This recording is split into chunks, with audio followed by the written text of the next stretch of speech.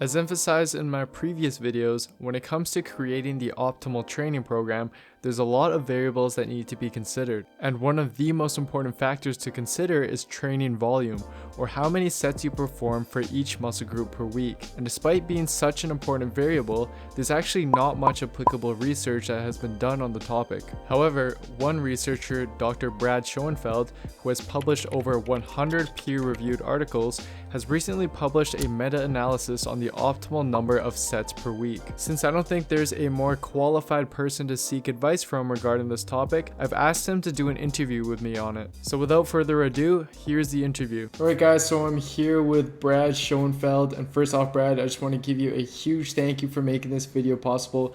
I know that a lot of my subscribers follow and admire your work, and I personally view you as one of the few trustworthy and educated guys in the fitness industry. So I'm really glad you're able to speak with me on this topic. So again, thank you so much for making this opportunity possible. My pleasure, Jeremy. To kick this off, I think a good place to start is just to go over the results of the recent 2016 meta-analysis you published regarding optimal training volume. I've personally gone over it, but if you could just go through some of the main results of the study, I think that would be really great for the viewers. Yeah, so the primary result was that we showed a pretty clear dose-response relationship between volume and hypertrophy, meaning that as the level of volume goes up, so does the muscular gains. Mm-hmm. Now, we basically looked at it in a bunch of different ways, and we've actually played around outside of the study with some of the data and just trying to analyze it in different ways. But it's pretty clear. We stratified between 1 to 4 sets, 5 to 9 sets, and 10 plus sets. And at each bump up, you saw a fairly substantial bump in hypertrophy. Now, it's not like if you do 9 versus 10, you're going to see that difference. We're stratifying, so you're averaging out those results. And the difference between 10 and 1 to 4 was about double. The amount of hypertrophy doubled roughly. So it went from about 5% on average to roughly 10% on average. What I find interesting in your study is that volumes much lower than you'd expect were still able to provide significant muscle gain, which I think is promising for those who can only get in a few workouts per week, or for example, older individuals who might do better with lower volume. No question, Jeremy. And I want to point out a couple of things. So we looked at sets per muscle per week. So It wasn't sets per week. It was sets per muscle group per week, which is really, we were the first one to do that. In the past, people have looked at volume, but they've just looked at like single versus multiple sets in a session. Mm-hmm. We looked at weekly volume on a per muscle basis, which was kind of, I think, not only unique and cool, but it's really more indicative of how bodybuilders and most people think of training in that respect. And yeah, and like as you pointed out, within that context, you can do a fairly minimal, very low volume routine and still see fairly substantial growth benefits. With that being said, about lower volume workouts, for those who do have more time to work out and want to maximize muscle growth, did you find an optimal number of weekly sets per muscle group that would allow one to do so? And if not, is there an approximate number of sets or general guideline that you could recommend? So the answer to that is no. Really, there's not been enough studies that have looked at above 10 or so sets per week. I mean, there's been a few, but just not enough where we could have analyzed it from a statistical standpoint to get a good feel for that.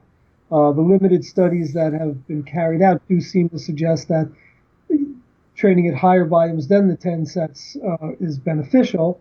But again, it's when you're dealing with few studies, it's hard to draw those conclusions. If you're asking me for practical recommendations, I'd say a couple of things. Number one, we can only provide general guidelines. So research, this is one of the real issues with the gap between what people think about research and what you actually can extrapolate. So research provides guidelines, but what you have to appreciate is that when I carry out a study, I'm going to see huge variations, inter-individual variations in how people respond. But what that means is that you have to consider the individual, that some people from a volume standpoint would do better on a somewhat lower volume, and some people are going to do better on a somewhat higher volume.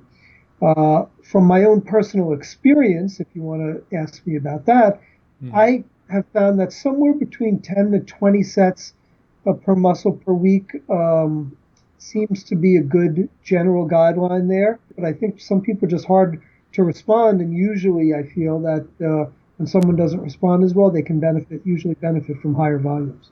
Yeah, and another thing you mentioned in your study and something you alluded to in your answer is that there's an inverted U curve when it comes to volume and muscle growth. So obviously too little volume isn't optimal for muscle growth, but too much can be detrimental as well due to recovery issues. So I definitely agree with you that there's a lot of individual variation and you need to find the sweet spot in terms of how much volume works best for you. And on that note, I've noticed that you're a big fan of using a periodized approach when it comes to training for muscle growth. So how do you think we can use periodization with what we know about volume and muscle growth? Yeah, well, basically, it kind of follows what you just talked about with the inverted U. It's very clear that the human body can be pushed very, very hard and respond to a huge amount of stress and have a positive outcome from it, as long as it's not prolonged. So for very short periods of time, you can really push the human body and it's going to adapt. The body is very adaptive. But if you continue to push it and push it and push it at very high levels, kind of like running a car on revving it constantly and never letting up the gas pedal, at some point that car engine is going to go. And obviously, a machine is not, the human body is a machine, but it's a very complex machine. But the principle still is similar, that over a certain time, prolonged exposure to very high stresses is going to cause you to overtrain and to have negative effects. So the idea behind periodizing volume, going from, let's say, a lower volume to a moderate volume to a high volume over time, just makes intuitive sense. It's never been studied, so certainly that's something that needs study. It would be a hard study to carry out just from a logistical standpoint. I would hope to be able to do that in the future, but just because of the time commitments involved to really get into that, it would be somewhat difficult. But I certainly will say that I've used this extensively. I've worked with very high-level bodybuilders, pro bodybuilders, and high-level national competitors, both chemically enhanced and natty. So on both levels, and on both levels, I've seen very good results. I've seen several pounds of muscle gain over, let's say, a several-month period, 3-month period. Mm-hmm. Gotten several pounds of muscle growth, or at least lean mass growth, and that's very good for someone who's a well-trained subject. Yeah, and while we're on the topic of periodization, do you think this approach is still optimal for beginners who can likely just follow a linear progression approach by simply adding weight or reps to the bar every week, and then maybe they can transition to periodization later on? Yeah, I absolutely feel that the beginners do not need periodization. Depending upon how you do it, it can actually be detrimental. My general rule for newbies for the first couple of months of training, at least, is to focus on motor patterns. So to do that, you want to keep things as similar as possible. You want to have the same exercises, basically. You want to do somewhat higher reps, like 10 to 15, so you're getting repetition volume. Basically, you want to keep that. If you're doing sets of 3, you don't get enough reps going to really develop those neural patterns properly. So my general philosophy is to keep them in very similar programming the first couple of months. And not only do I not not periodize, I specifically keep their program very limited in terms of the variation. No, I totally agree with you there. I think a lot of beginners make the mistake of changing up their variables too often, which doesn't lead to much progress in the long run. But now I'd like to move on to some of the limitations you've mentioned in your study. One of them was that the optimal number of sets per week will likely vary for each muscle group. My assumption would be that larger muscle groups would probably need a higher number of weekly sets when compared to smaller muscle groups. But what's your opinion on this? I'm not necessarily on board with that. I think, again, that is largely an individual factor. What I would say, so here's what I would say. You get substantial biceps work when you're doing back exercises. And by the way, our meta-analysis included that. So if someone did a lat pull down, we consider that a biceps exercise. You're doing elbow flexion. So you would need less. I would definitely concur that you need less direct biceps work. You wouldn't necessarily need to do a heck of a lot of biceps curls or triceps press downs if you're doing a well-balanced compound movement routine. If you're doing pressing exercises, pulling exercises, you're going to get a lot of biceps work. But if you're counting those as biceps exercises, I don't think you necessarily need less for smaller muscle groups. I think it is specific to the individual. Yeah, and while we're on the topic of sets per muscle group, one question I often get asked is how to bring up lagging body parts. I think other than ensuring that you have a solid mind to muscle connection with that muscle and ensuring that you're performing the exercises for that muscle with proper form, one effective way to bring up a lagging body part is to simply increase the number of weekly sets for that muscle group. Would you agree with this? I generally would. So I had actually mentioned that before, that usually it's my experience that if a muscle is a hard gainer, a particular muscle is hard to grow, then my general response is try higher volume. But if someone has been using a lot of volume, it's possible they are locally overtrained, that there actually have been, you can have muscles that are overtaxed, if you will, perhaps. I also would say that outside of volume, that prioritizing the muscle is the first thing I always say. So doing it first in your routine. Let's say your biceps are lagging. I would do them first. I don't care if it's a small muscle group. Do them first in your routine. Do it before your chest or whatever you're going to do. And prioritizing it so that you're hitting it when you're freshest is usually a good way to ensure that you're going to stimulate it to its maximal effect. Another limitation you've mentioned is that most of the studies you've included in your meta-analysis was done on untrained subjects, with only 2 of the studies being done on resistance-trained individuals. So in your opinion, how would the optimal weekly sets per muscle group differ between untrained versus trained individuals? I can only give you a hypothesis based on my own personal experience, but I would hypothesize that they need more volume, trained subjects, just because they can handle larger stimuli, and that it takes more to cause them to adapt. The only reason a person's going to adapt is by challenging them beyond their present capacity.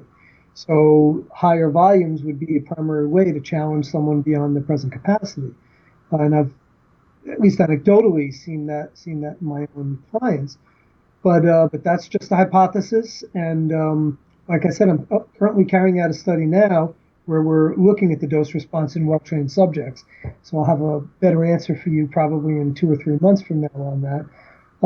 And I will say there are people that disagree with that in the HIT community, high intensity training. The onset failure crowd will say they think the requirements go down. So we'll find out. So to quickly sum up everything we previously discussed, here are some practical takeaways. If you're looking to maximize muscle growth, then you probably want to perform between 10 to 20 sets per week for the main muscle groups like the chest, back, and leg muscles. If you're more of a beginner, then it might be best to stick to the lower end of this range, whereas more advanced individuals might do better by either sticking to the higher end of this range or periodizing their programs such that you increase volume throughout the weeks and then go back down to prevent overtraining. Other muscle groups like the traps, arms, and front delts already get a lot of indirect work from your other lifts, and thus less direct sets are needed for them. Although the optimal number of sets per week for them is not known and will vary based on your routine, they should have less direct sets dedicated to them than your main muscle groups do, unless you're trying to prioritize them.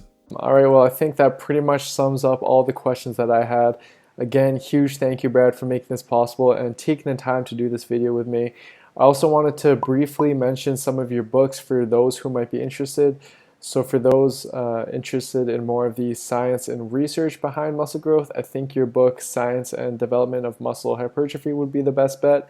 And then for more of the practical application of this, would you suggest your book, Max Muscle Plan?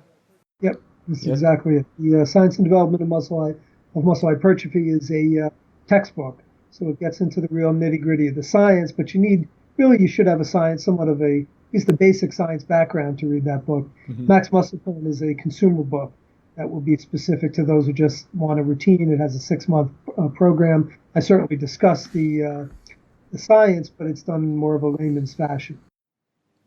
All right, cool. So I'll link both of those in the description box down below for any of those who are interested. And that pretty much wraps this video up. Thank you guys so much for watching. And once again, thank you, Brad, for making this possible. We all really appreciate it. Awesome.